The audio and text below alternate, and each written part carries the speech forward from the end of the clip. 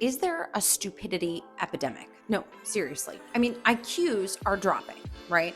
Social media is thriving. Is there a coincidence between those two things? Some days I truly wonder if we're all getting dumber or if it's just me. I mean, lately I feel like my brain doesn't work the way it used to. It's slower, softer. I'm mushy, right? I used to have original thoughts. I used to write things from scratch. I used to form opinions without looking anything up. And now I am constantly on Google. If I could think of the answer, I'll go to like Chat GPT before I even try to figure something out on my own. Now, here's the part that really scares me. And I used to be sharp. I'm not I will say that I used to be sharp, especially like when I was in high school, maybe more so even in my late 20s, right? After, I got off the drugs, got clean, my brain fog went away, right?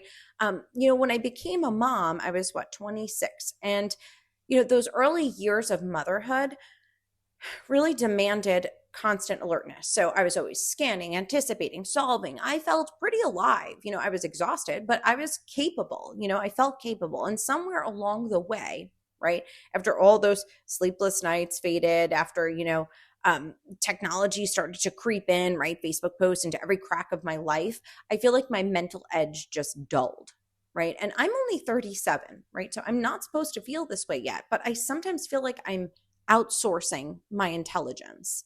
And I don't think that I'm alone. Now, there is some science to back this up. I'm not just saying this willy nilly, right? It turns out that there is data to back up what I'm saying. Multiple studies. There was one published in 2018 by Norwegian researchers, and that showed that the average IQ scores have been dropping by about 7 points per generation since the 1970s. Now, other countries, including the US and Finland, are also seeing the same trend. Now, I don't think that this decline is about some mass genetic backslide. I think it's about environmental and cultural shifts.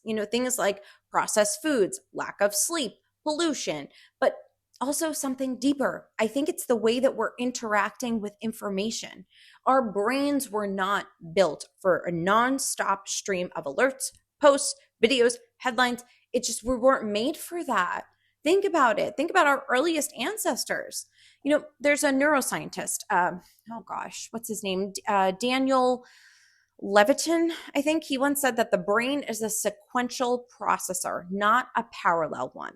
That means every time we jump between apps, tasks, tabs, we're not actually multitasking like we think we are.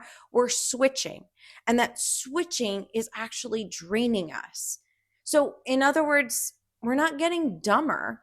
We're just distracted to the point of complete dysfunction. So, intelligence is changing, right? But I don't think that it's changing for the better. And when I think about what being smart used to mean, I think it looked a lot like self-reliance. So, being able to figure things out without always needing help, knowing a little about a lot, right? Sometimes you knew a lot about a few things, right? And that was your specialty. But being able to solve problems without leaning on search bars, software, this AI nonsense, right? Even just doing basic math in your head instead of reaching for a calculator, which we could all do, right? But why do we have to? Just use your brain. Today we call someone smart, what if they can go viral, right? If they can monetize something, if they can outsource their entire life to an app, like, is that what makes them smart? I don't know, but is that intelligence, or are we just like trying to survive in this digital world? And I don't even think this next generation even knows what it's like to be old school smart, right? I use social media for work. I do use it for pleasure, for numbing out. But if I'm being honest, it does not make me feel smarter. If anything, it makes me feel even duller. And I've tried cutting back. I've talked about this before, and I've told myself, like, this week I'm going to scroll less. But then the truth is, I often fail. And my 10-year-old even calls me out on it, which hypocrite. But, and that means a lot to me, though. If I can't put my phone down for him and he's like, Mom, you're on your phone again, I'm talking to you. Like, what is wrong with me, right? And speaking of my son, right, the kids are not okay. Let's just make that clear. I think about my son a lot when I talk about this because, look, I love him more than anything. I'm sure you love your children more than anything, but I worry, right? I worry that he's growing up in a dumber world. right? That these tablets and phones are replacing his ability to just sit still, observe, and just be. Sometimes when we get in the car, he can't even have a conversation without like picking up his phone and then ignoring everything you're just saying. He's just reaching for the phone. So we have to take it away from him just to be able to connect in the car. When I was little, I used to get in the car, take 2-hour car rides with my parents, and I wasn't even allowed to pick what was on the radio station. I just had to look out the window, right? But it's not just him, it's all kids today. They don't know how to have a simple conversation. They struggle to read facial expressions, to sit in silence, to make eye contact. How about that? We call it social anxiety, but sometimes it just looks like a total breakdown in basic human intelligence. And if that sounds harsh, it's only because I'm really scared. I'm scared that technology is turning our kids into mushy robots, and you know what? It's probably doing it to us too.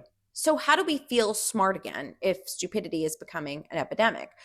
Well, sometimes I get these little glimmers of my old self, right? And not when I'm scrolling, not when I'm looking things up, not when I'm chat GPTing, but when I'm forced to figure something out without any help.